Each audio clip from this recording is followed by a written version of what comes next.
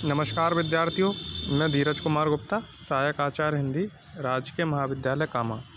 आप सभी का हिंदी की ऑनलाइन शिक्षण कक्षाओं में स्वागत करता हूं। हम पढ़ रहे हैं श्रीमती चित्रा मुदगल जी की कहानी भूख। भूख वर्तमान समय की एक मार्मिक कहानी है जो जीवन की असलियत को हमारे सामने प्रस्तुत कर रही है। लक्ष्मा अपने पति की मृत्यु हो जाने के पश्चात किस विपत्तियों से गुजर रही है, उन सब का दिग्दर्शन हमें यहाँ हो रहा है। कल तक हमने देखा कि उसे कोई रोज़गार नहीं मिलता है, सेठ के पास भी जाती है तो वहाँ भी निराश होकर लौटना पड़ता है। उसकी खींच वह अपने बच्चों पे उतार देती है। इसके बाद वह वहाँ से उठकर मुकादम के पास जाती है और उससे अपनी बातचीतें करती हैं। लेकिन जब मुकादम के यहाँ जाती है तो जिन कामों को लेके वो गई थी वो दोनों ही काम उसे हो गए। उसको यह लगा कि मेरा कार्ड भी बन जाएगा, क्योंकि गणेशी से जो उसका मकान मालिक है कि हाँ ये मेरे यहाँ रहती है भाड़े पर और इसका किसी प्रकार का कोई कार्ड नहीं बना हुआ है, वह लिख के दे आई है।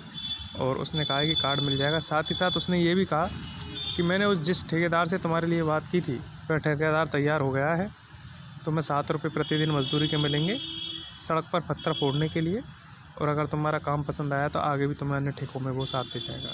दोनों खबरों को सुनकर लक्ष्मा बड़ी प्रसन्न हुई कि उसे रोज़गार मिल जाएगा, बच्चों का लालन पालन हो जाएगा।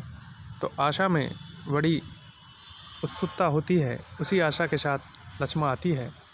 लक्ष्मा के पास 1 रुपया था। उस 1 रुपये को भी आज उसने अपने बच्चों के लिए मिठाई खरीदने, चाय लेने और दूध मंगाने के लिए ले लिया कि सावित्री अक्का को भी बुलाऊंगी, उन्हें चाय पिलाऊंगी और बच्चों के लिए भी मिठाइयाँ ली, खिलौने भी लिए, क्योंकि अब आस थी कि कल से काम पे जाऊंगी तो 7 रुपये प्रतिदिन मुझे मिलेंगे। काफ़ी दिन हो गए पैसे मिले भी, जो ये विपत्ति थी वो झट जाएगी। इसी आज से आज भी बच्चे जब घर पहुँचे तो बच्चे नाराज़ थे, लेकिन कल की स्थिति में और आज की स्थिति में अंतर था। कल बच्चों को पिटाई खानी पड़ी थी, लेकिन आज उसे पता था कि नहीं बच्चे खेलने गए होंगे और वैसे भी घर में कैसे टिकेंगे। उन्हें लाती है बड़े प्रेम से और उन्हें मिठाई जो उनके लिए लाई थी वो देती है।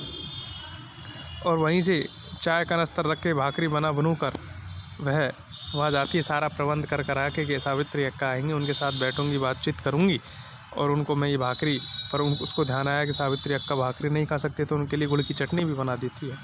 जब आदमी प्रसन्न होता है, आशा होती है कि हाँ हमारे साथ अच्छा होने वाला है, तो वह 2 काम ज़्यादा करता है और प्रसन्नता से बढ़ता है। सावित्री अक्का के घर जैसे ही पहुंचती है तो अक्का भी किवाड़ खोल के अंदर उसे देखकर बड़े ही निराश स्वर में कहती है, मुझे क्षमा कर दो कि मैं तुम्हें काम नहीं दिलवा पाई। लेकिन वो कहती है, नहीं दीदी ऐसी कोई बात नहीं है, सुबह की बात को छोड़ो और अब चलो तुम मेरे घर चलो, हम वही बात करेंगे। फिर सावित्री अक्का एक प्रस्ताव और रखती है कि आज ही मुझे ऐसा प्रस्ताव मिला है कि एक कलाबाई ने बताया कि एक औरत है जो बच्चों को, छोटे बच्चों को लेती है, उन्हें पालती पोसती भी है और शाम को 2 रुपये प्रतिदिन के हिसाब से वो दे के जाएगी। इस तरीके की बातें जब चल रही थी तो उसको पता नहीं कुछ ऐसा लगा कि नहीं ऐसा कुछ करना है, लेकिन अभी तो वो प्रसन्न थी। उसने कहा कल वो आएगी, जब उससे रूबरू होंगे तभी बात करेंगे। उसके बाद वह चले जाती है। चले जाने के बाद सावित्री अक्का को अपने साथ ले जाना चाहती है, क्योंकि आज वह बड़ी प्रसन्न है। और सावित्री अक्का को उसने बताया कि इस तरीके से आज मैं बड़ी प्रसन्न हूँ, मेरे दोनों काम हो गए, मेरा कार्ड भी बन जाएगा और कल से मुझे ठेकेदार के यहाँ पर काम भी मिल जाएगा। इस तरीके का जब उन्होंने सुना तो सावित्री अक्का भी बड़ी विस्मय से खुली हुई प्रसन्न हो गई। उसकी आंखों से विस्मय के आंसू छलछला आए। इस तरीके से उसने एक सांस में सारी बात उसे सुना डाली और खुशी की अक्का की आंखों में गीली चमक पैदा हो गई।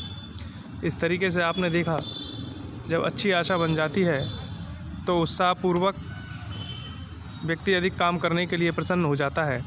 आज के लिए इतना ही, शेष कल। धन्यवाद।